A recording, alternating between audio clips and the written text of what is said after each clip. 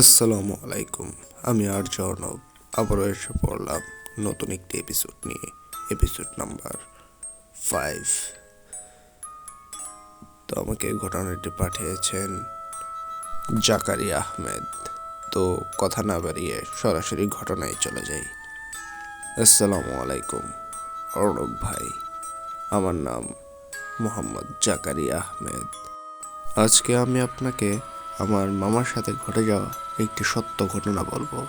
এই ঘটনাটা 2022 সালের বন্যার আগেকার ঘটনা। তখন আমরা দোতলা বাসায় থাকতাম।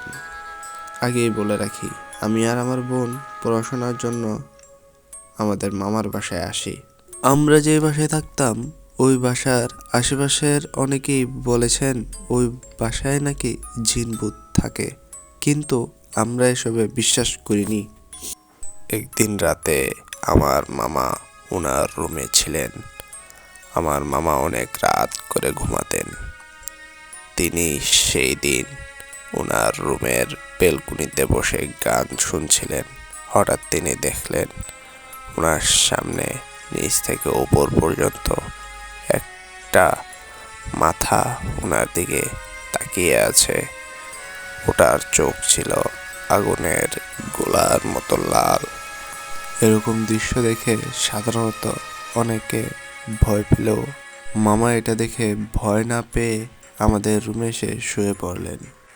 মামা শুয়ে পড়ার পর সেই রাতেই তিনি স্বপ্নে দেখলেন ঘুমানোর আগে বেলকুনিতে দেখা ভয়ানক মাথাটা বলছে।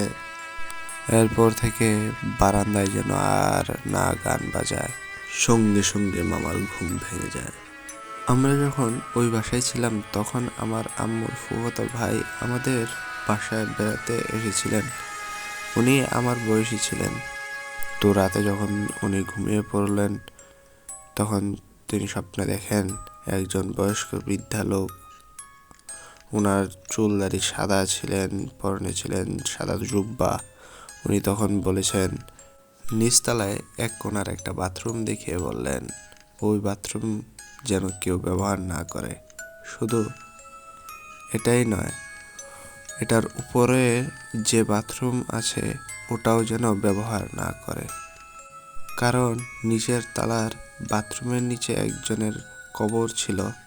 তাই যদি কেউ ওই বাথরুম ব্যবহার করে তার ক্ষতি হবে। তিনি আর ও বলে ওই বাসায় কেউ যেন গান বাজনা না বাজায়। এইসবের পর বন্যার সময় আমার ছোট খালা আমাদের বাসায় এসেছিলেন, কারণ তাদের বাড়িতে পানি উঠে গিয়েছিল। তো রাতের বেলা যখন আমার খালু ঘুমিয়ে পড়েছিলেন তখন মনে হয় কিছু দেখেছিলেন। তারপর তিনি আমাদেরকে বললেন যত তাড়াতাড়ি সম্ভব আমরা যেন এই বাসাটা ছেড়ে দিই। তারপর বন্যার পরে আমরা ওই বাসাটা ছেড়ে দিই। ওই বাসা ছাড়ার পরে আমার মামা আমাদের ঘটে যাওয়া ঘটনাটা বলল। ওই রাতে মামার সাথে কি ঘটনা ঘটেছিল। অর্ণব ভাই, এই ছিল আমার মামার সাথে ঘটে যাওয়া ঘটনা। ঘটনাটা ভালো লাগলে পরে শোনান। সবাইকে আসসালামু আলাইকুম। অনেক ধন্যবাদ জাকারিয়া ভাইকে।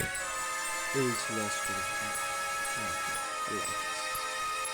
কেউ যদি চ্যানেলে নতুন হয়ে থাকেন অবশ্যই সাবস্ক্রাইব করে পাশে থাকবেন, আরও নতুন নতুন ঘটনা পাবেন ইনশাআল্লাহ। সবাইকে আসসালামু আলাইকুম।